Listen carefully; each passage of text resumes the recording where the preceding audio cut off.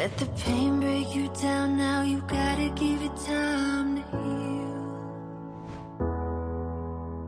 Don't worry now, even though the fear is real. Just hold on. If you're looking for a sign, something to carry you back into the light, love is the answer. Love is the answer. When you're ready, start again. I'll be here waiting, reaching out my hands.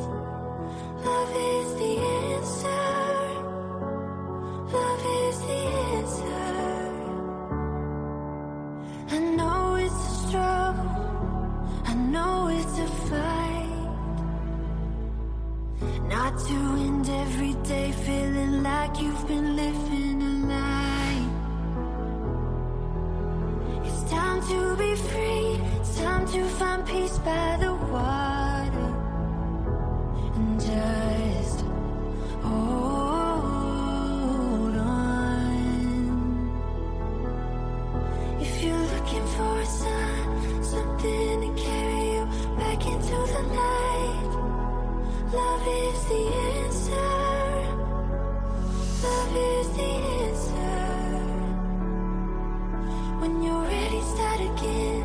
I'll be here waiting, reaching out my hands. Love is the answer. Love is the answer. Love is the answer. Love is the answer. Love is the answer. Love is the answer.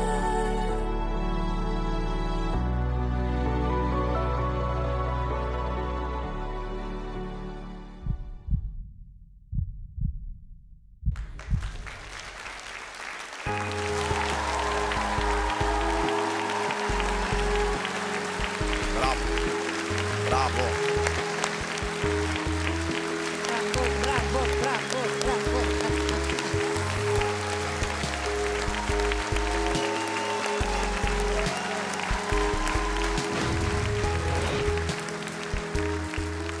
Ana, mi-a plăcut că elementele din dansul tău, din coreografia ta, au spus o poveste despre ceea ce știi tu că e lumea acum.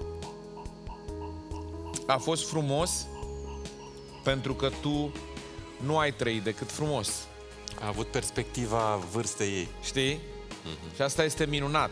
Adică ne-ai lăsat fără cuvinte. Atât de frumos a fost ceea ce ai făcut. Mulțumesc!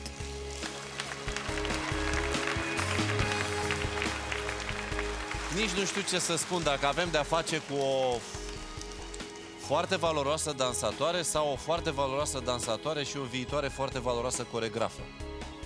Nu mă pricep. Sunt simplu spectator. Îți spun doar că am simțit tot, am trăit clipă de clipă și am văzut toată muzica interpretată prin mișcare, ceea ce pentru mine este exact ceea ce aștept.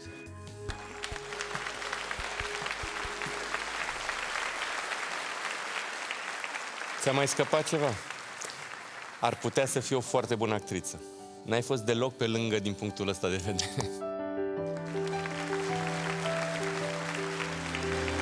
Mulțumesc! Răspunsul meu este da! Andra? Mulțumesc! Meriți toate aplauzele, toate din fiecare colțișor al studioului și, bineînțeles, un da și din partea mea. Mulțumesc mult! Andi? Da, Ana, și răspunsul meu este tot da. Mulțumesc foarte frumos! Cu siguranță o să ne revedem și abia aștept să te revăd pe scena Românii Au Talent și din partea mea un da. Mulțumesc mult!